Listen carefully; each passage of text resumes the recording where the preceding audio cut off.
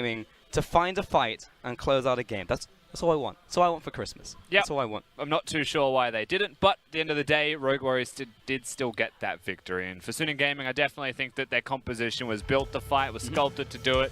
They had the opportunities, they had the gold lead, they had the objectives. Everything they could possibly want was theirs. They just never saw the chance to actually grasp that, to take the fight. And the one time they did, it was on vision. You know, it was a forced fight, and it was a fight that was botched and was just an even trade realistically in the end. So coming into this second game, I've still got high hopes for Suning Gaming. I don't know if it'll be something they can fix mid-series, but we have seen some positive signs, and maybe just an easier draft would be the simple solution.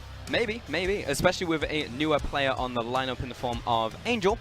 Well, he had a great individual performance, but if you're looking to maybe make it synergize with the entire team, you're right, maybe an easier draft, something where you just push all your R buttons together and then you win the game. Something like that could potentially work.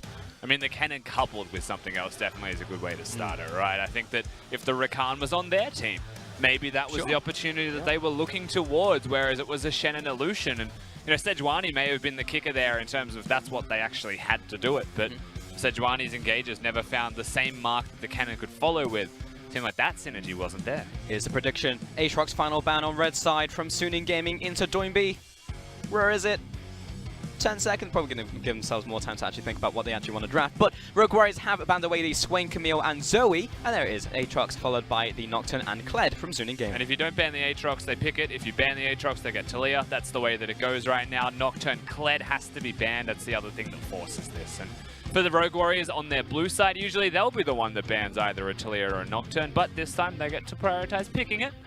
They've set themselves up nicely here, and the start of the draft is Rogue Warriors. Yes, sir. Over to Suning Gaming now, looking towards a potential Gragas. There's a bunch left open for themselves, though, depending on what they want to craft themselves as a composition. Xin Zhao is also potential. And now Xin Zhao has actually been picked up a fair amount in the LPL. I believe 24 games so far, and has around a 30% win rate.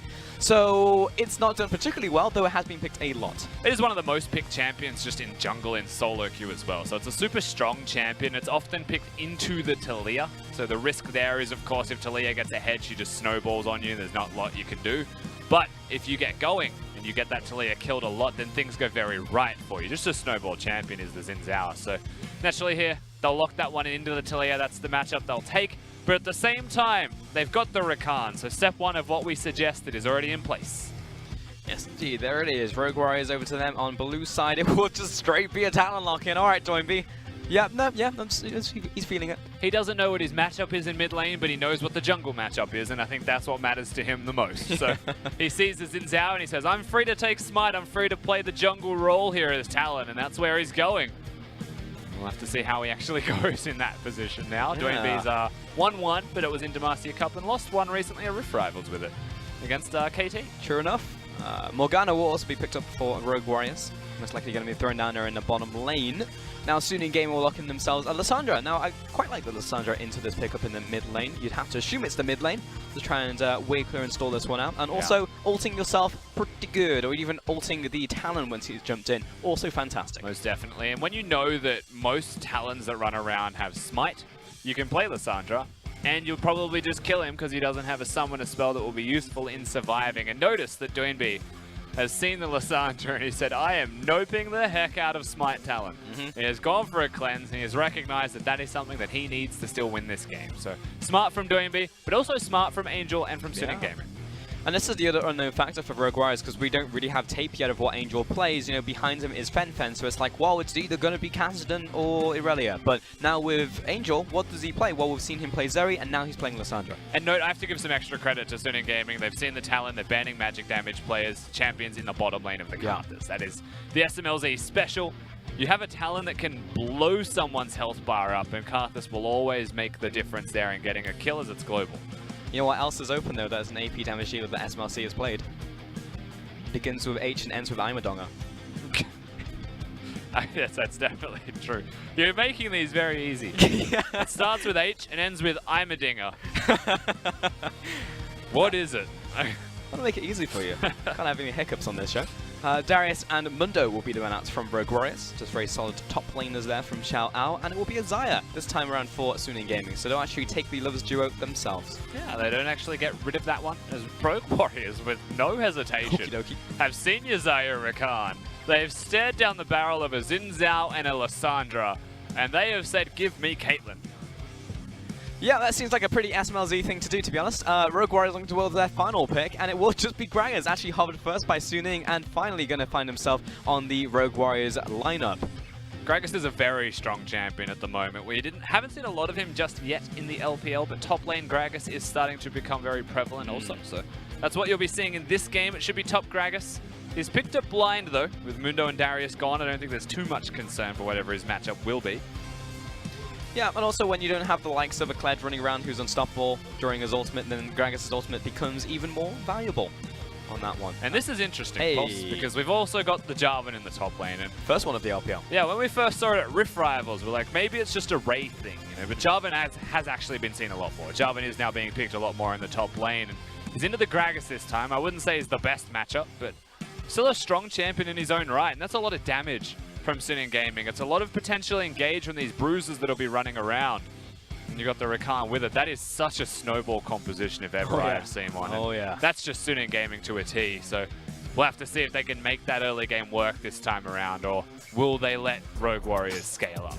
I'll be honest, Rusty, I like this a lot because coming into this game we were saying, oh, I want Suning Gaming to come in with something that's a little easier to execute, maybe just like a press R and win composition. Well, I see a lot of R buttons right there that are press R and win, so that feels pretty good. Yeah, I mean, Rogue Warriors have got a press R and disengage type of composition though, so it'll be very interesting to watch the dichotomy of teamfights, like who actually comes out on top and how is it executed for success. Because a Jarvan and a Xin Zhao can jump forwards together, or a Lissandra can jump forwards, and so can a Rakan. But with all the terrain that gets created, can a Xayah? You know, can she actually contribute to the team fight with damage? Or Rogue Warriors just be able to stand on the spot and deliver with the Caitlyn Morgana, Gragas to disengage, Talia to cause disarray in the ranks of a team fight. I think both comps are good in very different ways. Yeah, there's definitely ways into this game.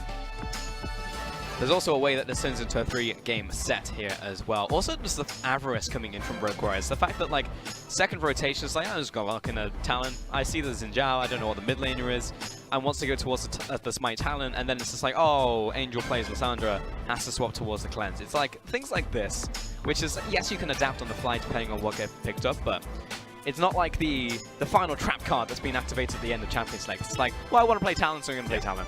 I mean, as much as people want Smite on your mid laners, there's a time and a place for it, and this doesn't feel like the time for doing B. Once that cleanse as much as he can, otherwise he's not going to have any kind of relevance past level 6 into a Lissandra. Even in the team fighting, if they're able to disengage you very well, and should just get popped. 4v5s do not sound like an ideal situation for Rogue Warriors. But the same thing applies. When you look at Rogue Warriors' roster, Talia does the magic damage in the jungle role, so there is a big reliance on that early game start here. And against Suning Gaming, that's a big gambit, it's a big risk.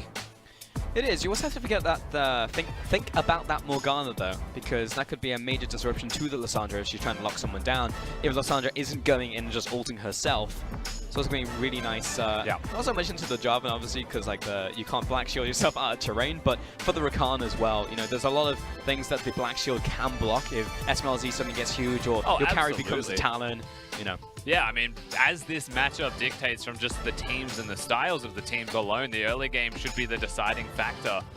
But game number 1 hasn't been the prime example of that. It was a big blunder from Suning Gaming in mid-game, where they usually are still strong. But definitely comes down to a lot of clutch mechanical plays from individuals, as much as it is positioning, vision, and communication. That Morgana spell shield can ruin everything against Suning. Yeah, definitely something that they have to think about 100%. I do have an update for you guys, probably just wondering why we're just you know, sat here. But there is a small issue with the lobby, so no personal issue. It's just literally just everyone get out, get back in, and then we'll hopefully start the game once again. So. Every time we get these two players on your screen, it's so funny to watch. It's just the contrast, man. It's night and day. It's heads and tails, man. Yeah. One of them is just happy to be here, and the other one is doing B. Yeah. Oh, sorry, I got it backwards. No, I gotcha. I don't know if anyone saw my helpful SMLZ emotion chart. It shows you exactly what he's feeling in every This is scenario. anticipation. This is yeah, exactly. I think That's it's also like, on the chart. Yeah, I think it's a muddling of like anticipation and excitement because he got to carry and he's got Caitlyn. Like that's he's happy. No, I know. I feel like a lot of people just look at SMLZ and they just don't understand him as a player. But we've seen hundreds of hours of this guy play, and also similarly a lot of time of this guy playing. So we know the subtle differences. You know when you come home to your dog and your dog's like, "Oh my god, it's a human! I'm so happy." But then you come home to a cat and they're like, "I haven't been fed." Yeah. Like, I feel like that's the emotional differences between Doinby and SMLZ right now. Like it's. That makes sense. Yeah, I feel One's just happy all the time about everything. The other one's just a cat. It's got its self-interested heart. And you're like, you don't know what it's feeling because really it's just not feeling anything. But you still love both of them. Yeah, that's the thing at the end of the day. Hey, that is a good analogy. That's probably like the first clean analogy of the day out of us. So good job, Rusty. Might be my entire life. Maybe, that's true. It doesn't stop when we get off air. That's for certain.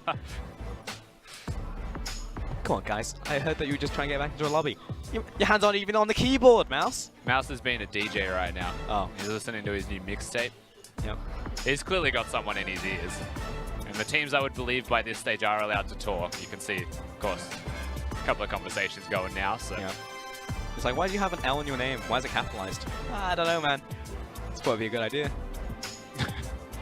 I've never understood it.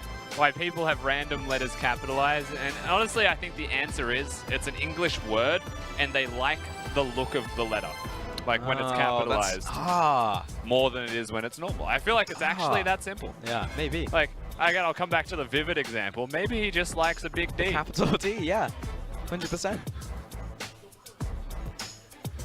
Yeah, no, that makes sense. Yeah.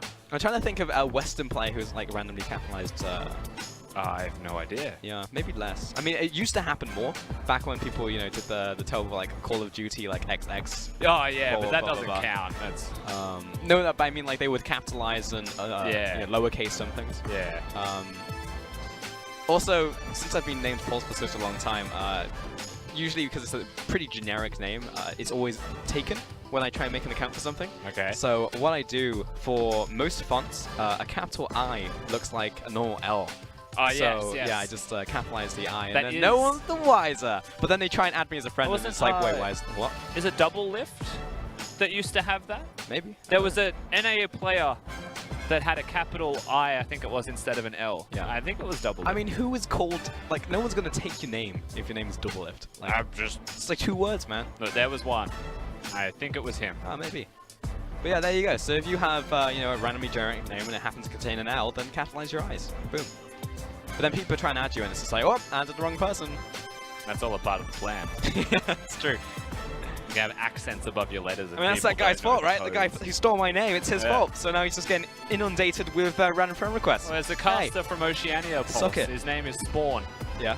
You can't add him as a friend because he has an accent on the A. So unless you know what the alt code is, you can't actually add him as a friend. Which one is it? Like a squiggly line? No, it's the... Like an umlaut or what? I don't... What? Huh? An umlaut. What's that? So in German, there's like umlauts, and you like extend the... Is that the eyes? Yeah. Okay, that's a weird name for him. Umlaut. That's eyes. Yep. Double so dots. if it's like an O umlaut, I may be getting this wrong, but if it's a O umlaut or an U umlaut, then it's like you just extend the sound. Whereas the... Well, maybe the... So... no. You know what? As a Strasser. tangent, it's very hard to think at the moment because you guys won't know this, but there is a spotlight just having at it with us. It's having a great time. Oh, we've got a wild fish coming over. It's just... Is he the jumping sound from earlier? If Fish could stand to the right of our camera and block that spotlight, yes, stop Fish. crying. No, right a little bit. Oh my no, God. you're left. Well, now it's just blocked Exceptional. for you and not me. Yeah. I'm out. Raz, come over here and pick Fish up, then turn him sideways. Actually, this is perfect. Thanks, Fish. Hey, he's done it. And take a picture. Now, you guys don't know this. Fish is absolutely a good bloke right now. This is life-saving, actually. I'm starting to see spots in my vision from that spotlight. Yeah, you're going to see a bit of flashing. There you go. I'm going to post this on Twitter later so people can see what Fish is doing. What an absolute bro. Cheers, Fish. You can't hold that for long. Nah. Unless you've got like an insane core. Better. Yeah. This has been a weird conversation that you guys won't understand because you've just got players on your screen, but note that we appreciate it. However, if we do pan to white, then we will actually see, you know, the crazy flashing lights that are just ruining our lives right now. That's true. Speaking of core, Rusty and I tried yoga the other day, actually with fish. That was horrific. My god. That's great. Destroyed me for 3 solid days. Hey, okay, we've got the compositions coming up on our screen. Cheers, Fish. I'll see you later on the analyst test. Thank you very much, sir, for your contribution. And once again, we'll be heading into the second game between Rogue Warriors and Suning Gaming. Currently 1 game up, and it was a smashing first game coming in from Rogue Warriors. See those lights? Those are the ones. Yep. And they were flashing a couple of minutes ago in the worst possible way. Anyways, we're getting onto the rift finally. Here we go, ladies and gents. I'm going to hand it over to the audience in Shanghai.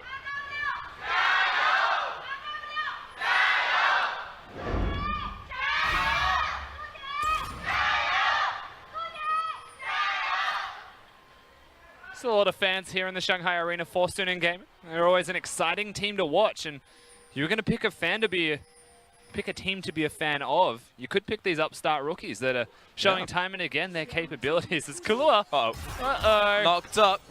That's a lot of damage. Flash forwards, Ring of Frost. Yes, Angel. That's going to be first blood to Fury. Now, Lysandra did start W, so it's not going to be the Q in lane. Of course, that means that Talon will have a lot of freedom, and he did go back to the smite at the end. It's not the cleanse, so he's committed himself to the cause. It's also a Predator. Yes, it is. On Doinby. He's really feeling himself on those roams.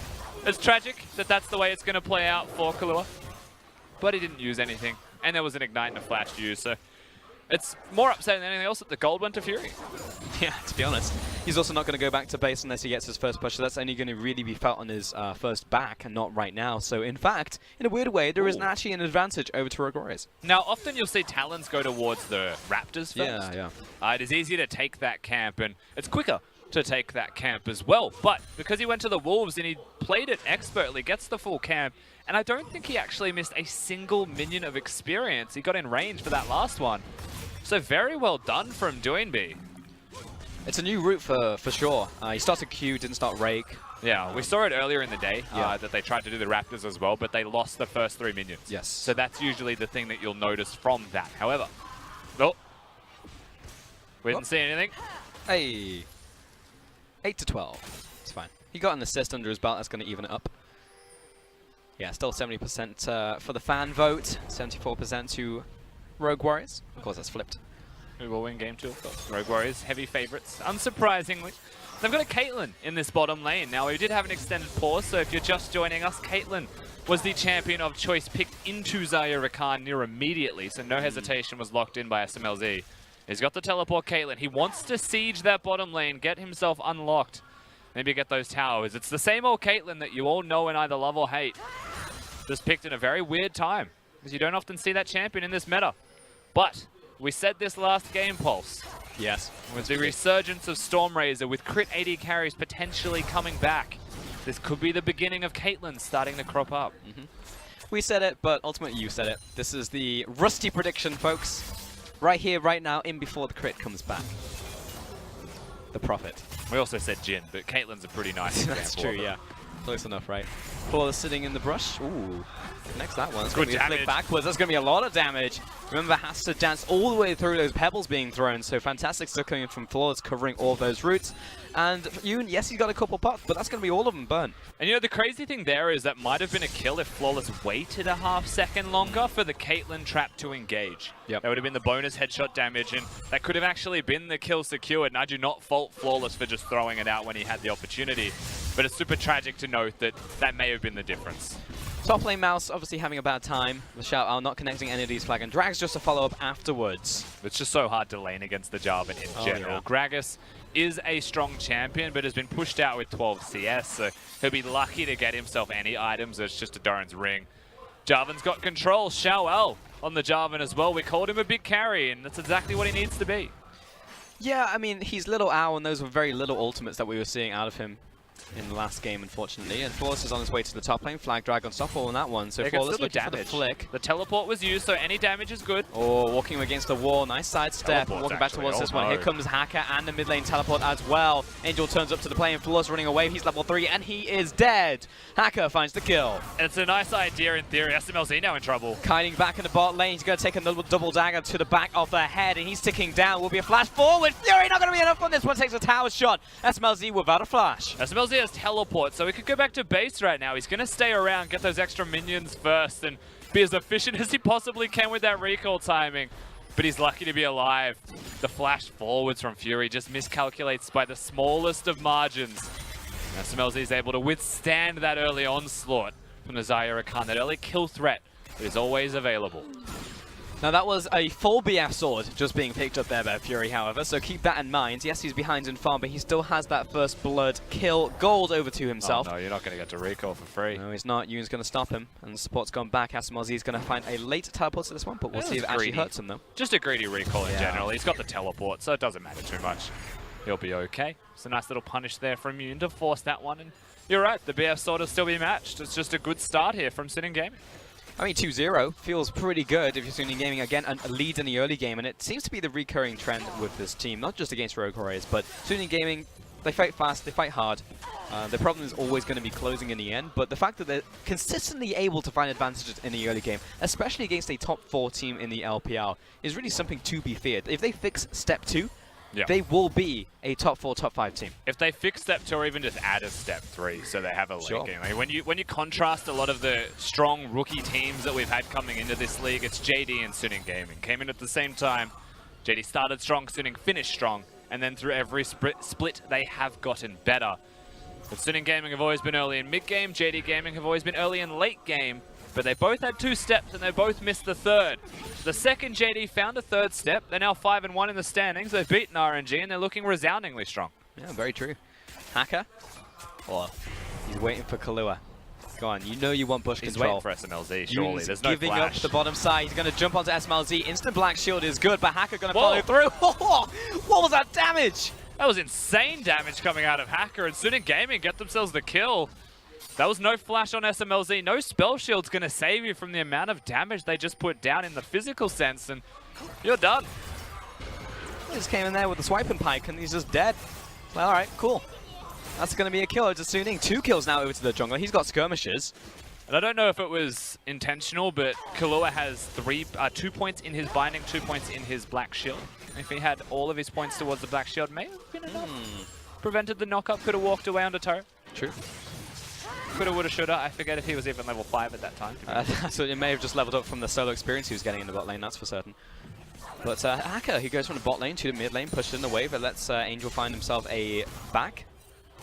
And Flawless in the jungle, I mean, maybe he's out-tempoing Hacker in terms of the farm right here, but in terms of the kills, wow, even gets that one away from Doinby, who jumped over the wall with his smite. Doinby jumps on towards him, pops the ultimate. Hacker says, get the heck away from me. Yeah, all of the bleed went. Oh, no, he's feeling this one. He jumps on towards his red buff, gets the heal out here. He's running away. Break, not going to be quite enough damage. Oh!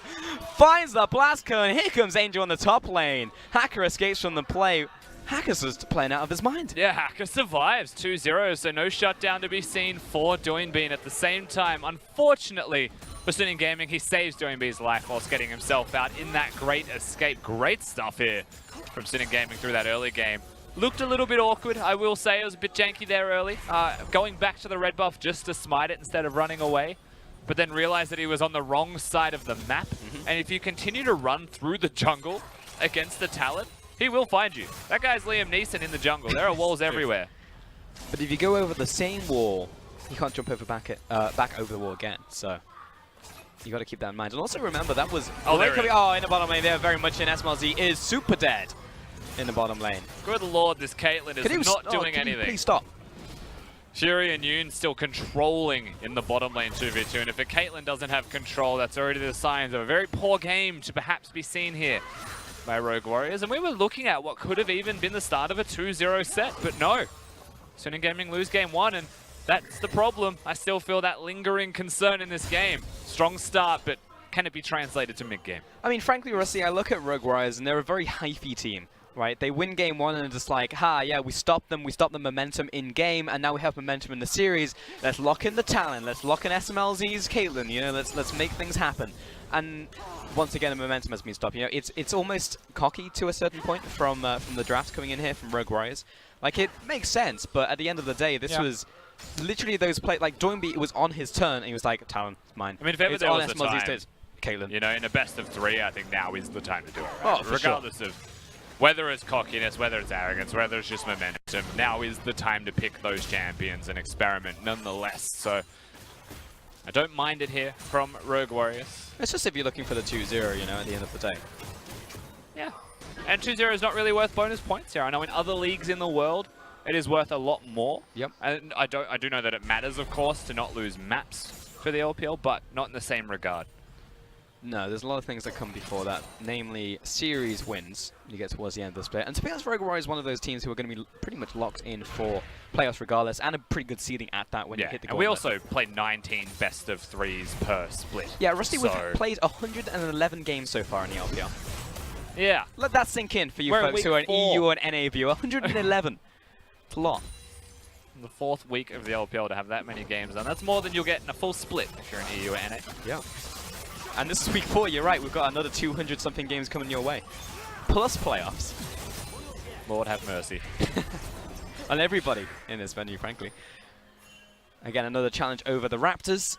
And I think this time Doinby actually got away with it. Oh no, he didn't use the smite, so maybe not.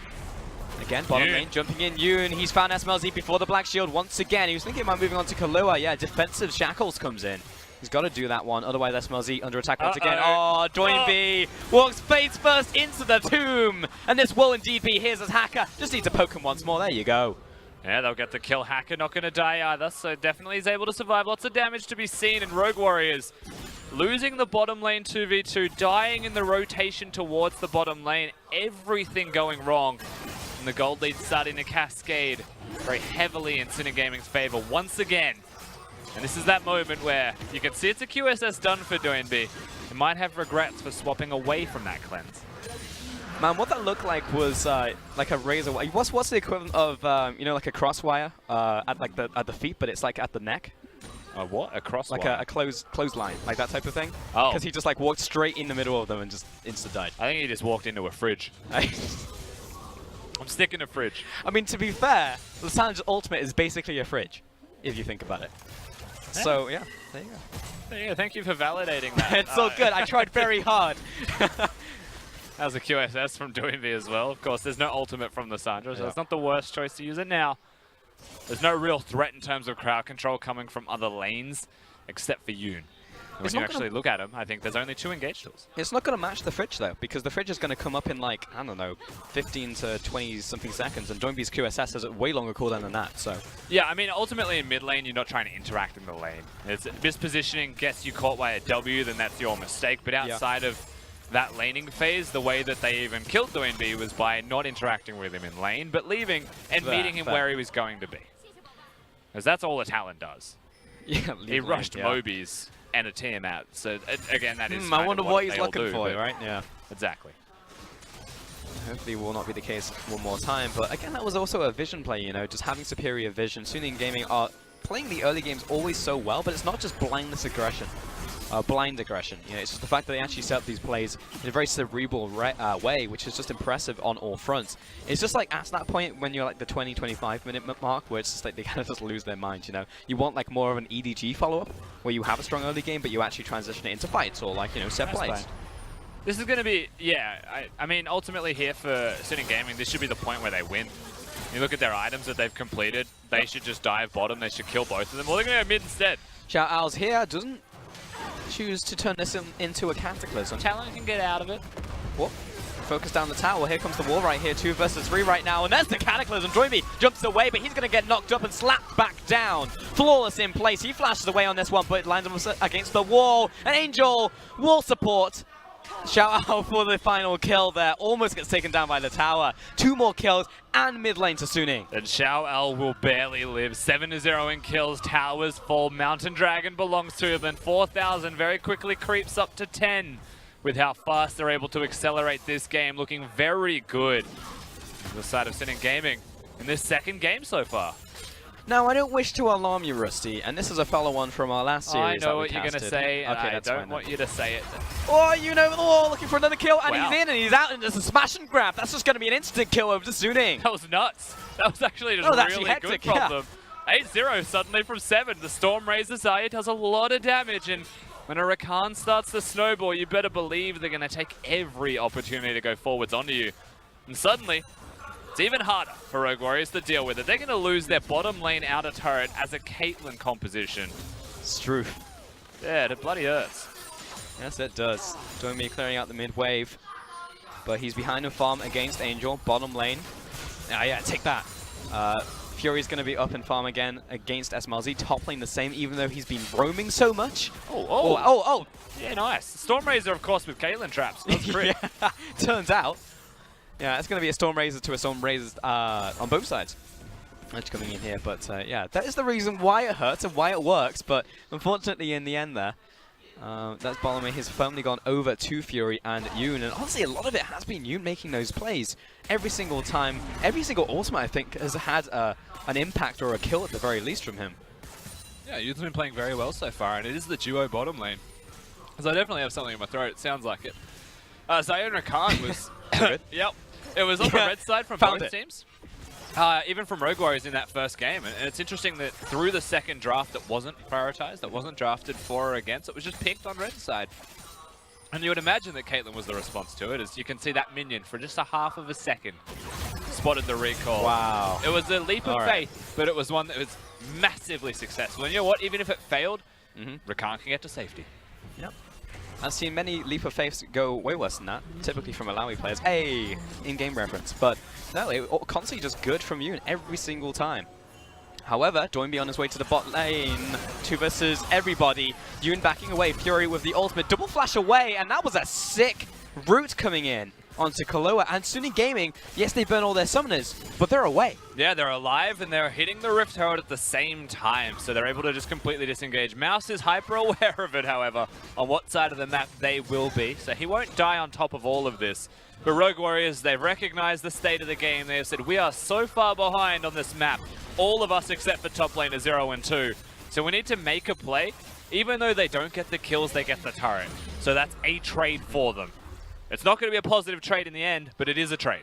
It is indeed. It's not nothing for nothing, or nothing for something. It's, yeah, top lane managed to pick up this tower. Should be Shao and Angel picking this one up. Yeah, going to be a good mid laner. Give this gold over to Little Owl up there, 300 gold to him. And that was also a Rift Herald going down over to Hacker as well. So they'll be able to open up a lane of his choice. Well, all lanes are currently with 1 tower down if you're looking at Rogue Warriors, so it will be an inner tower. And that's pretty much perfect. Hey, if you're looking for a way to accelerate once again and continue to try and close out this game, if you're Suning, well, you are primed. The gun is locked and loaded, and it has a Shelly inside it.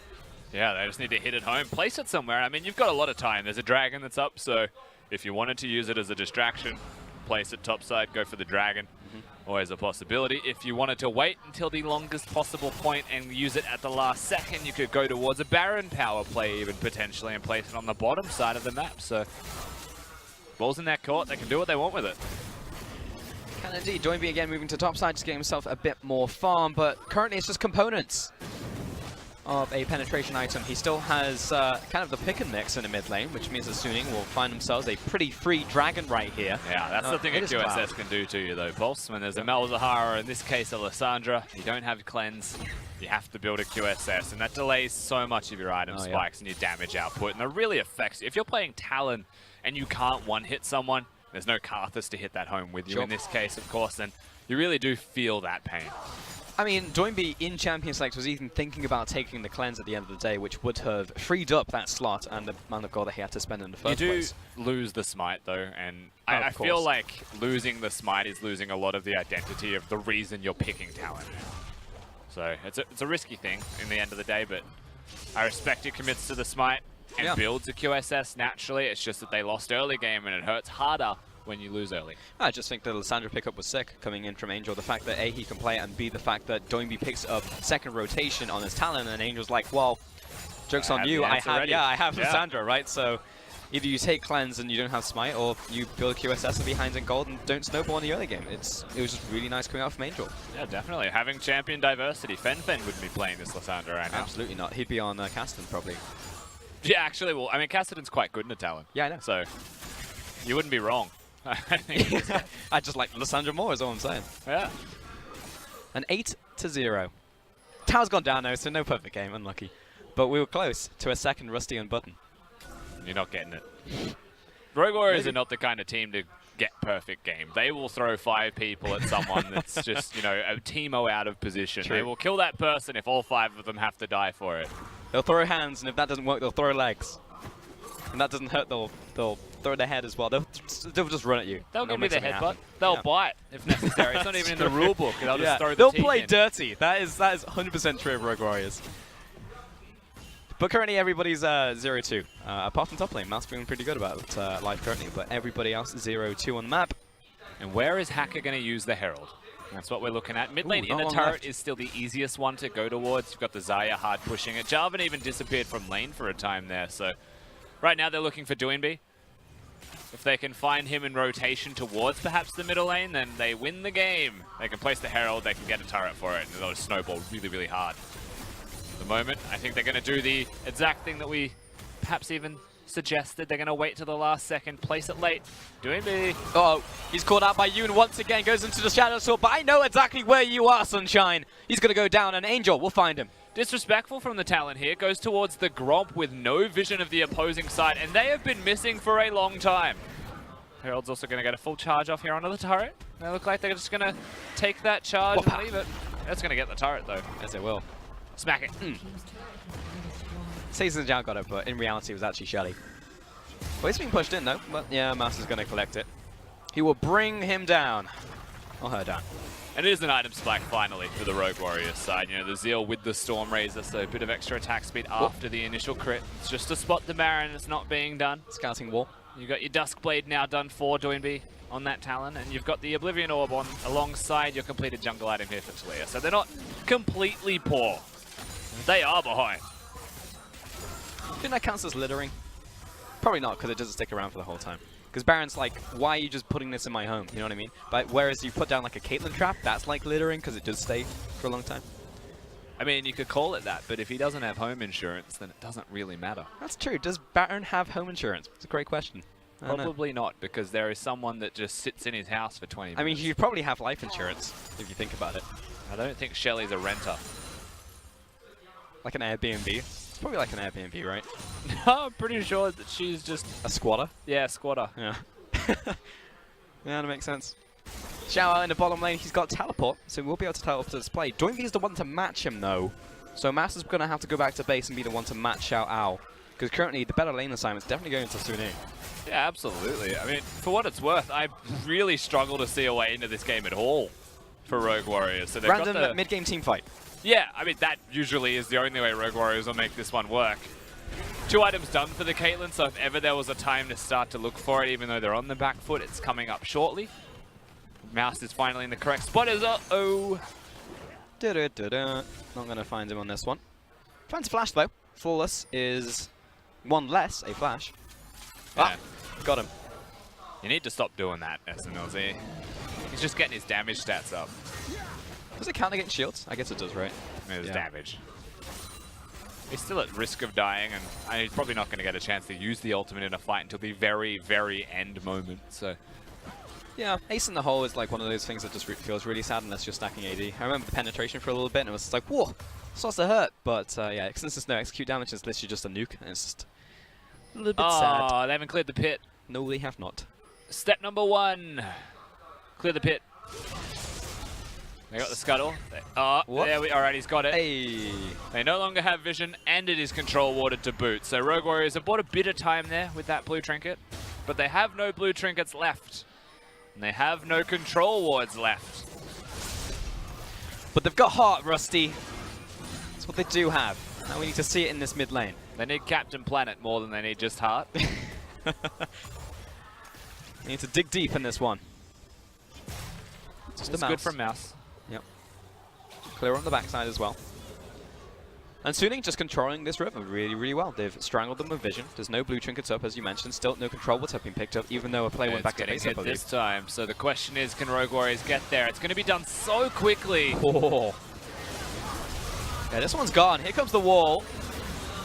Are jumping over the wall right there? No, staying in the pit, flying a drag over the wall, and Xiao Ao has found an opponent. It's Doinby, and he doesn't want any of this. Hacker's going to jump away, but he's going to burn out from this one. Stop, drop, and roll, not enough for him. But SMLZ caught out, he's dead. Xiao Ao going to town, looking for a third. He's going to be blocked up, but the flashing forwards, Fury finishes off what the Jarvan started. Yeah, you'll take the one kill for Rogue Warriors, but at the end of the day, they lose the Baron, they lose the team fight very comprehensively. All that's left is Doinby, and suddenly they step up, they win, they push forward. Sinner Gaming now threatening the inhibitor, and they should be able to take this one down for free. Very strong stuff here in this second game. Threatening the inhib, maybe threatening more. Death time is now coming up. SMLZ 7 seconds was the same, and Mouse just behind them, so it will be the inhib and back away. Doinby was seeing if we could find a quick frag on the backside of that onto you. Not going to happen. And that will be a massive play coming in from Suning. Doinby still chasing after, but enhanced recalls. So home safe and dry if you're Suning Gaming, especially the mid laner. Yeah, even the Mountain Drake potentially on the way out is a possibility. I don't know if they'll go straight towards it as Rogue Warriors respawn, but the fight starts, the Baron's already gone, the Gragas cask is already used, and Doinby is completely zoned from assassinating Fury as he jumps away. Xiao Ao sees him jump and says, alright, my time to shine, comes in and smacks everyone repeatedly until they die. That was a lot of damage from Titanic Hydra. So Clue is also very quick to follow here. Flashes used on the back end by Student Gaming simply to follow up and get the kills completed because they were winning the fight without a need for summoner spells. Just well executed. It's literally one kill on one tower. It's pretty much all that Rogue Warriors have to their name. They're 10,000 gold down, 2 dragons, 5 towers, 12 kills. And Student Gaming are so far ahead. And they're doing step 2, Rusty, it's happening. They're closing. It is. They just need that step 3, and that's late game if it gets to it. Usually they try and circumvent that from happening at all. Win before late game has to happen. On the side of Rogue Warriors, that's all they've really got left for themselves, is that fleeting illusion of, can I scale? I mean, realistically, they shouldn't be allowed to. The door has closed, they just need to lock it. And they're trying to find the key.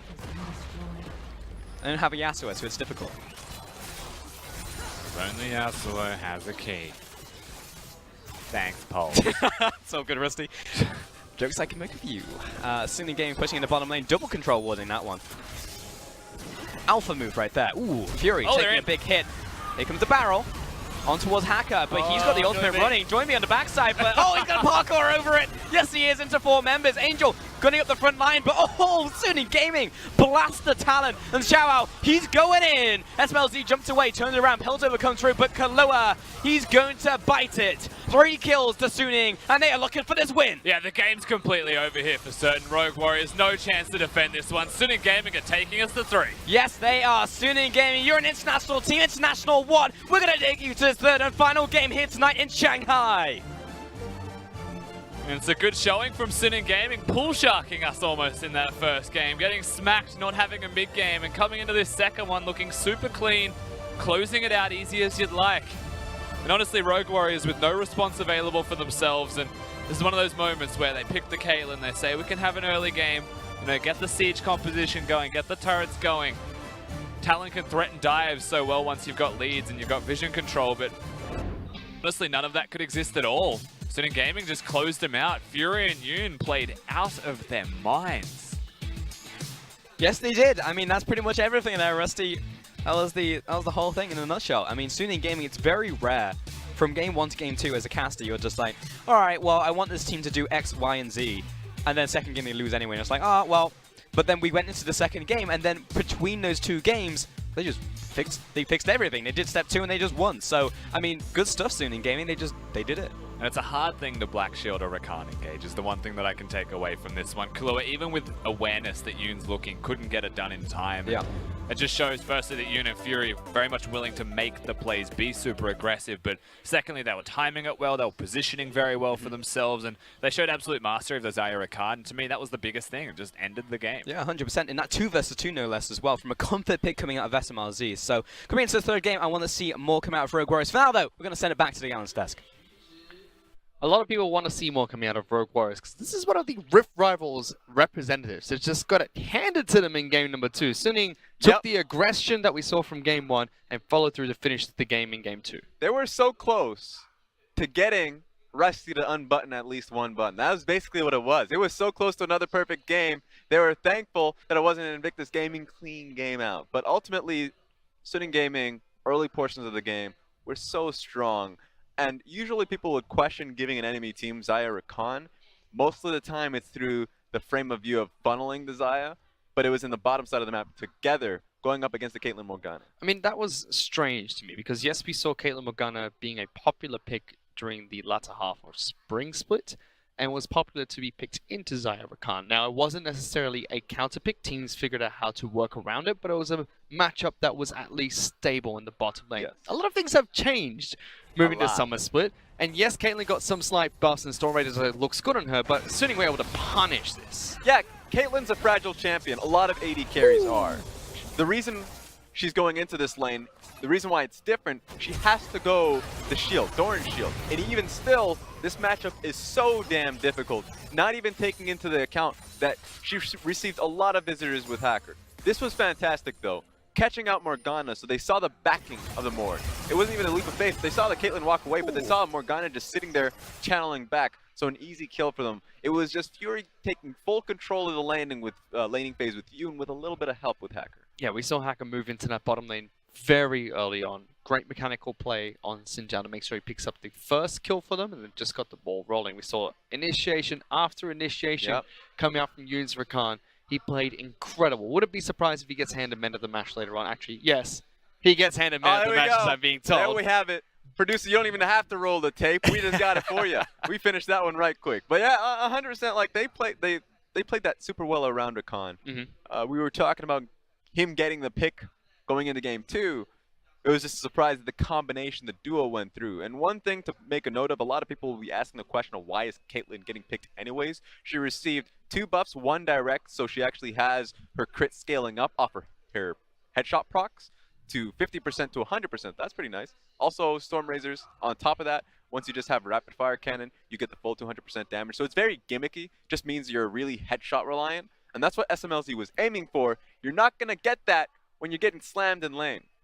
And it's theoretically a good pick at the moment. Like, even at Rift Rivals, we were thinking about how this is the non-hotfix patch. We're starting to see champions like Varus being played. So the question was, okay, since now we're on the hotfix patch coming back, we should see him played more. Caitlyn was another one of those picks, and we actually saw it being played by Suning. The problem with Caitlyn is that she's not really relying on her utility, it's her damage. The fact that she has her range, so she's going to take a long time to scale up. A lot of the crit AD carries currently are just being played, specifically the Xayah, because she has great utility around her kit. Her core kit's strong, so she can get to that point. Caitlyn really requires a strong laning phase. They were hoping that Morgana would do that for them, but there were multiple times where Morgana's Black Shield was just not helping. They were coming a little bit too late. Sure, it's hard to time with Rakan, so that was another good point towards Yoon because he was on the ball quickly. Mind games were on point with him, but most of the blame will be looked towards the Morgana because Morgana was needed to be able to get Caitlyn out of the lane. It's meant to be a strong duo lane, but Xayah Rakan is just a strong combination all round over to punish that bottom lane matchup. And the criticism we had towards Suning in game 1 was they're an early game based team. They can get these early game leads, but can they execute the finishing blow? This time they did. They managed to pick a fight around Baron, set it up, and took down Rogue Warriors. You say game 1, I say the entirety of the damn existence of Suning Gaming. But they finally do it. Strong control around Baron. They have it for themselves. The only blemish is the fact that Jarvan went the opposite side. So this team fight was looking a little scary. But he comes back. They just bulldoze through Rogue Warriors. And even though they were ahead, they've had these moments where they are so ahead of the pace in terms of against their opposition. And they just stall it for no reason. This time around, they were right on top of Baron. They pick it up for themselves. Even if they didn't pick it up, the fight that turned was properly done so. I mean, it was a couple of kills and a single turret away almost from a perfect game coming out from Suning. This is really good for them moving into cross-conference because when we went into Rift Rivals, Suning was sitting at 3-3. Very similar to position to what they were during Spring Split, where they were just hovering between 3rd and 4th place. And if you remember going to cross-conference and then finally playoffs, Jinno were able to sneak past them and steal that playoff spot. So to see that now they're bringing in a new mid laner, better quality of matches. We saw the early game being phenomenal in game 1, but not able to execute in the finish. Now game 2 being near perfect. This is good signs of life coming out from Suning. Yeah, a lot of great things are happening there. Not only is Rogue Warriors in the opposite side, so they don't even have to worry about them beefing up the top side of the Eastern Conference. BLG, who got traded over, are doing remarkably poorly. I love the combination. I'm just going to use those combinations of word more often. Remarkably poorly, BLG. So they're on the bottom side of the Eastern Conference, which means that Suning Gaming has a better chance of hitting the top 4, along with just playing well. Yeah, they need to continue picking up as much points as they possibly can during cross-conference, because they look like a playoff-based team, and a good step for them would be to able to take down Rogue